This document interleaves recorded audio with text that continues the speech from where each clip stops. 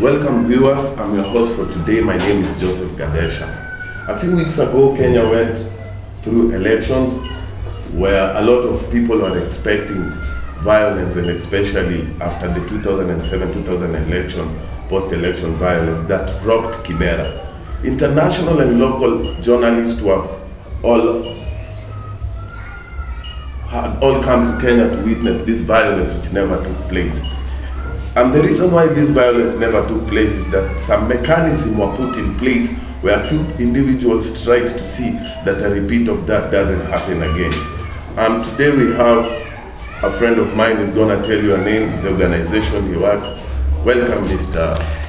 whoever you are. Thank you very much. My name is Daniel Orogo, and I came from a group called Langata Youths Network. Well, I'm humbled to be here this morning at this station to clarify a few issues. And on the first and foremost, I would like to thank the entire Kenyans and the informal settlement, those coming from Kibera, Madare, areas that have been long known as hotspots.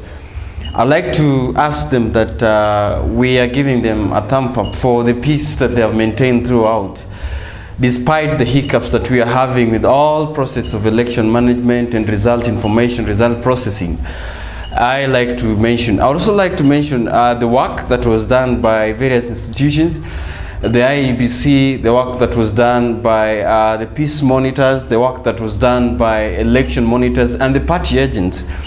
And I thank people who are there to give the information out.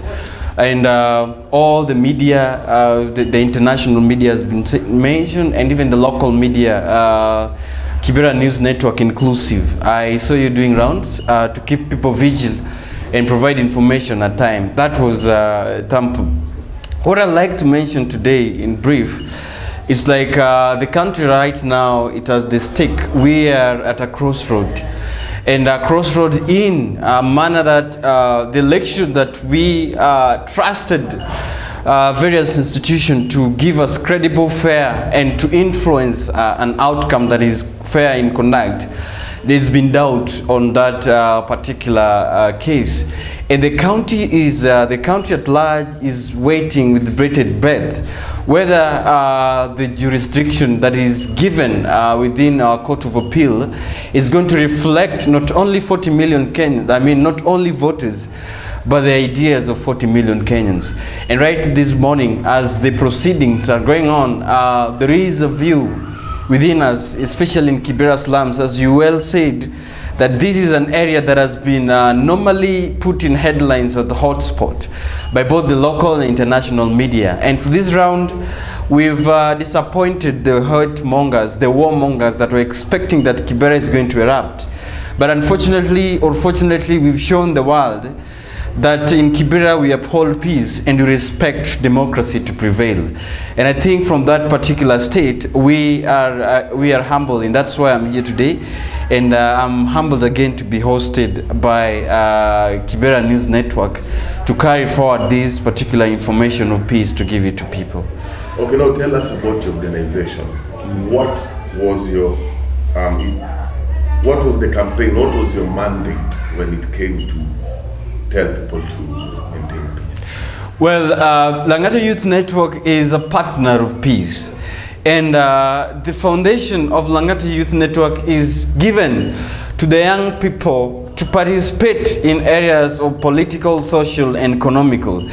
And when you look at the issues that is concerned with political issues, that is where, when we are looking at issues of embracing diversity and governance and making sure that peace is given, the torch of peace is given to young people.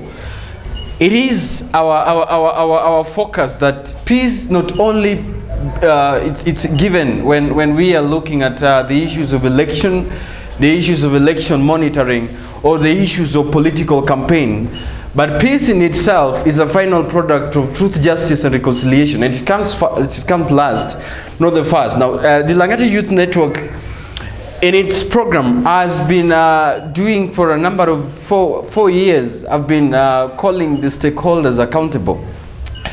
And one particular element that we have is going to the radio program at Pamoja FM and getting the views of young people in accordance to what they're expecting this particular round on peaceful election. And I would like to tell you that even well before, way forward before we had our elections, we were engaging the minds of the youth as far as what is their perspective of peaceful election is. And a number of suggestions were coming. The suggestions that were coming in one is that we, the young people of Kibera slums, are not going this round to engage in street protest in the ways that we don't understand. And one particular quote that I would mention as we were engaging the young people in the radio program, one of them said a quote that has changed the lives of others. It's like they're saying that this round, if we have to go to the street, then we must see that the families of those that we are going to the street must be in the forefront. That is when we would follow. And in that in itself is an eye-opener. It is saying that now we are not going to fight for the people that at the end of the day are going to benefit for their interest and not our interest. And that means that issues that are concerning stone throwing, hate speech, matters that are concerning youth that are armed with illegal weapons must be issues that have been brought on front. And as an organization, we've even trained and engaged our young people in partnership. And I remember Langata Youth Network being sponsored by GIZ. Is a German-sponsored program on early warning, early response. And this was a way of disseminating information in a form of SMS and a short SMS code. And for me, I would say that issues of early warning, early response, the group as in itself partnered with the organization to give information. I remember one time when the issues were coming up, and especially in the party nominations, when the information were coming up, there was a youth a movement that was being sponsored by political candidates, and the youths are already been given a number of weapons being ferried in the slum in their masses in terms of lorries bringing weapons in the slums. We highlighted the IBC through their offices. We highlighted the Inspector General of Police, and I would like to say that before we had already started engaging to this. Now, if I may cut you short, if you look at the party nominations, there are some, the youth burned some tires. It was said, it was perceived not to have been free and fair. And if you look again during the election that just concluded, as we tried to interview people, the member of parliament, whom this is his stronghold, had not spoken a word. And people are saying we are waiting for him to say something so that we decide on whether to go on the street or not. You remember during the previous election he was calling for mass action, and that is what generated some kind of violence around. What do you think? Have you spoken to these politicians to tell them not to go the way they did, or what do you think has been your call? Well, thank you very much. I think you're right to ask these credible questions. Matter of peace building, as I normally state, is an issue that first of all should not be left to politicians, because when you see violence, the violence that we've seen sprawling in the slum is a violence that is politically motivated. It's a violence that it's so rare for it to begin by youths rubbing shoulders among themselves. But it begins when youths from a different political affiliations are rubbing shoulders from the youth from a different political affiliations.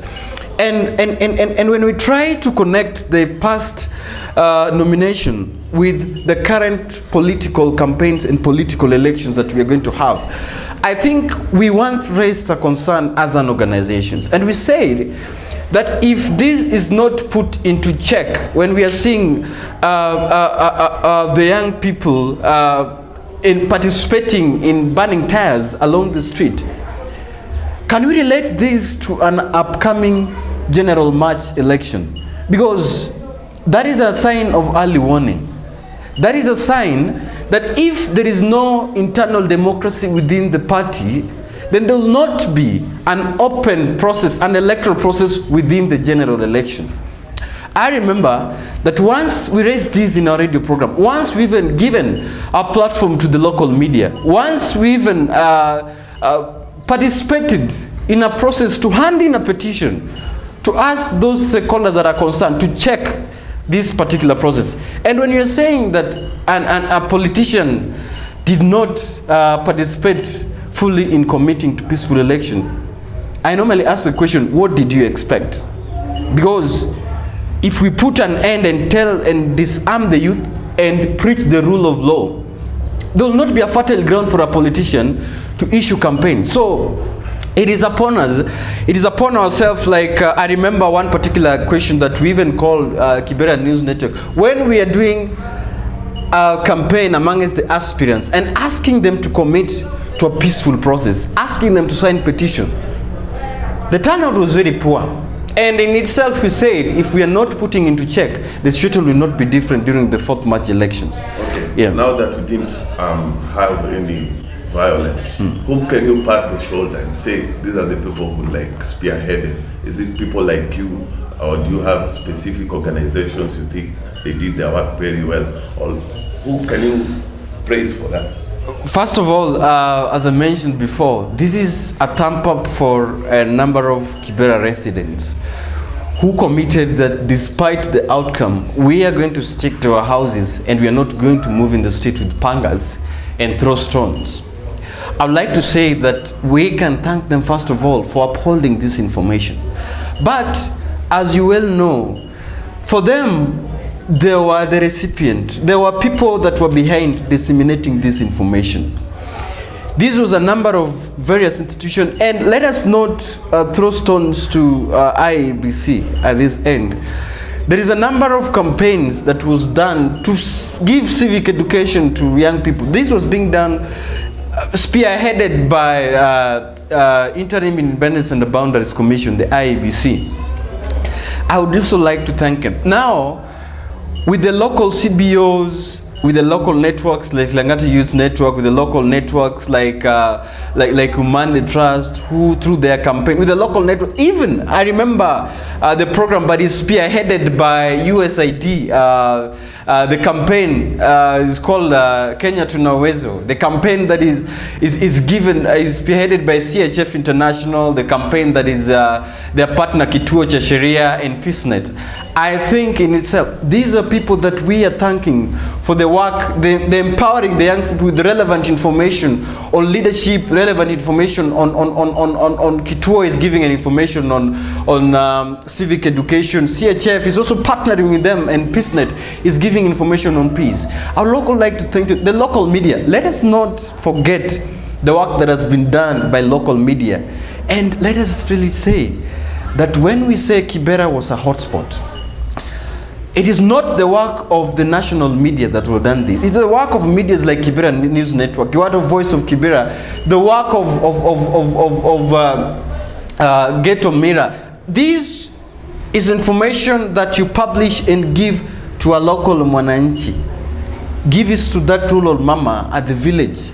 You're giving it to that youth who is having a small-scale businesses along the railway line. So we'd like to thank guys for the institution, the media, the organization, the CBOs for the work that they've already done for this. Okay, thank you, Mr. Dan. Right now we need to take a break, and once we come back, we have this matter in court. Now I think we'll talk about, you give us your views on what you think is going to be the next step as far as this matter is being followed up in the legal procedures. Thank you.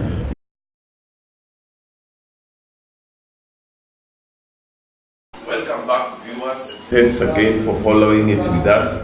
Previously we were talking on the issues that were being put in place to see that Kenya doesn't go back to the 2007-2008 post-election violence. And right now we have the matter in the courts, and we have Dan Orogo with us. Now, Mr. Dan, if you look at the situation right now, Kenya seems to be polarized. There's division. You go to the social networks, you'll see how people have tried to express their anger related to this matter. What is your take in this? Well, the matter is still court, you're right, and Normally they say that we must observe, they say, the law of sub judice. The matters that are within the court must be given priority, or must be discussed with a given care. Right now, we will uphold and say that the interaction that we've been seeing in the social media, people trying to discuss this matter, people trying to prejudge and preempt, has been misguided, simply because issues that are coming through the social media, people are expressing what they're calling their tribalism emotion. It's not issues that are guided in the law. And I would like to say that as the citizens of Kenya, as the citizens of Kibera, Madar, and everywhere, we should uphold integrity when we discuss these issues, and let's not give our ethnic background a priority. And you're right, we cannot try to preempt the outcome. And so far, I've even had the case of the National Commission, the NCIC, that have held these people accountable, these bloggers and these hate mongers along the social media accountable. That is a step. But what then do we need to look at? The issue is still at court. And the issues that is at court, the issues have been filed in concern with the last presidential candidate that we had. The matter that is at contest is a matter of either are we having the election that was conducted in 4th March, election that was of integrity, that was a fair conduct, that was just, and do we specifically have the president-elect as the legitimate president of this country and his running mate? Les, I would like to say this, that one of the article that I've written is one article that is asking, what does that mean to Kibera resident? What is the ruling of court to a local man in Kibera, to a local youth? And in details, I would like to mention a few things. That we are living in a place, and let us put it in the context of a Kibera slum. What are they comprehending this issue to? First is an issue that we are seeing that unfortunately in the slum setup, it is the politicians that we are affiliated to that are reading constitution on our behalf, that are having issues, articulating issues on our behalf. When they say that that constitution, it is not a constitution that cannot be upheld, that is general. Remember when once we are going to have a constitution and somebody from a slum said, if Nyongo, who is a professor, has read the constitution and said it's bad, what can I say as a local citizen? And this is very dangerous. So even the courts, our politician, who I can't mention for privacy, once they visited Kibera slum along the DC place, and they made statements. And these statements, some were counted for, some were not counted for. But what you can see, people are making statements that are very irritative, that can spark violence, probably. The issue is still at court. And one thing that I and you should not be discussing is the issue of influencing the outcome. But what we can say right now is to ask ourselves, if the election was fair, if the election was just, and if the election reflects, because people wake up as early as 3 to go and vote.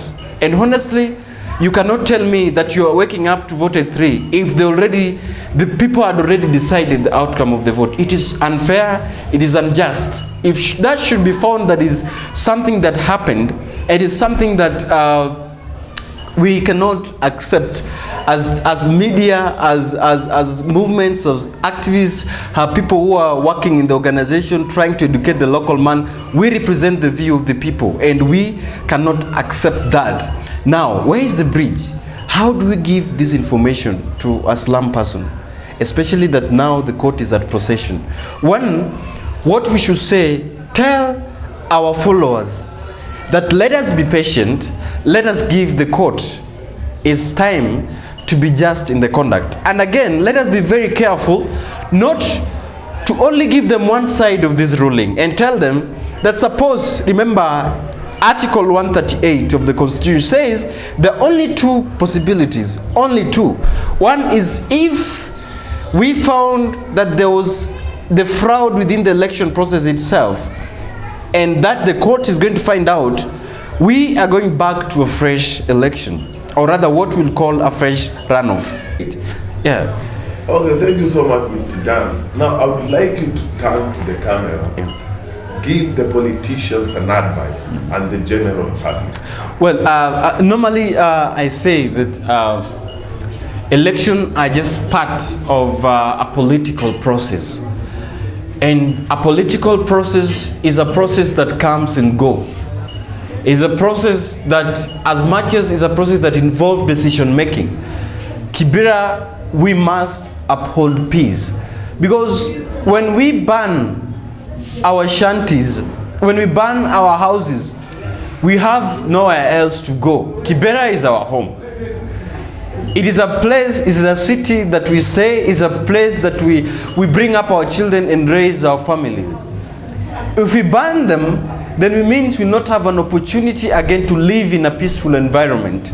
We will not have an opportunity to stay safe, an opportunity to produce and reproduce within our slum. I would like to say that despite the outcome of the Supreme Court, Kenya and Kibera must go ahead. And our leaders, you know, we only have a section of politicians that are elected in governorship, are elected in representative, but we only have a segment of 40 million Kenyans that surpasses the number of those politicians. Let us not burn our places because only a few that we are staying on. And I would like to say last but not least, that peace is a final product. It is upon ourselves to hold our leaders accountable. It's upon us to involve ourselves in the process of decision making, uphold truth, peace and reconciliation, and then we'll have peace prevail. Thank you very much, and may God bless Kibera, may God bless Kenya. Okay, thank you so much. It has been a wonderful time to host you. Thank you very much. Okay, back to you viewers. Thank you so much for giving us your time. That was Dan Orogo of Langata Youth Initiative. You've all heard from him that we must uphold peace. Kibera is our home. Kibera is where we are raising our families. And now the challenge goes back to you. Are you ready to maintain peace? Are you ready to spread the message of peace? Thank you so much, and God bless you. Thank you very much.